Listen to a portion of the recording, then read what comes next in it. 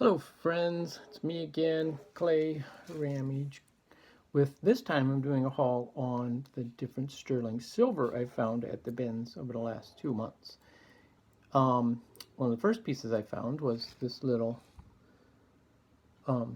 pendant, and it was in a bag of other jewelry on the back. It's clearly marked sterling, and in the front is this, I'm not exactly sure what it is, but it appears to be like some sort of either abalone or mother of pearl with some defect in it that makes it protrude. It's kind of unique, very unique. But yeah, it's mounted in a sterling silver frame. So that was pretty cool. Another piece I found in a different time, all of these were at different times, was this pendant. And on the back it's marked sterling, and it's also marked with the artist's initials B.E. Nelson, who happens to be a local Minnesota silversmith, and that piece is currently listed on eBay for $50. Another time I went, happened to see this plate, and I noticed it had the initial R on it, which is my last name, starts with the R, and so I thought, oh, that's a cute little tray, but I really thought it was just a silver plate. But I turned it over, and again, clearly on the back, it's marked sterling.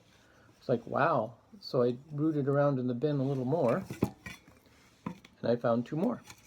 The exact same thing.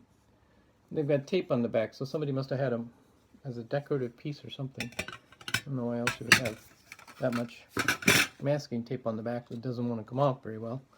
And then another time I happened to be there, brought out, usually they, I go there earlier in the morning, so the bins have been left over from the day before, and I root things. But this particular time I got there later, and they brought out brand new bins, and I didn't want to fight the crowd, so I waited. And then once most of the people were gone, I walked up and started looking through them, and I found these. And I looked up, turned it over and looked on the bottom, and it's a Reed & Barton. It says sterling right on the bottom, stamped. There's a beautiful pair of 6-inch candlesticks, sterling silver. They are weighted, so they're heavy, but yeah, and they're in actually fantastic shape. They're not dented or leaning sideways or whatever. So those are $50 value right now. And then another time I was digging in the bottom of the bins, because I always look for the little pieces of jewelry like I mentioned before, and then I found a series, actually a number of little crosses.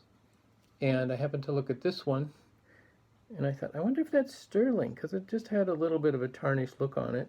And I noticed that there was a little stamp on the clasp there, so I really couldn't read it very well at the bins.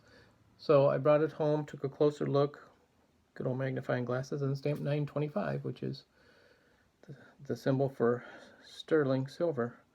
So I don't know if these are real gemstones in there, or if they're just cubic zirconia or glass or whatever. But again, you can find some very nice things at the bins, worth a lot of money. You just have to be willing to look and dig deep. Thanks for watching. Oops. Thanks for watching. Sorry to cut you off with my hand.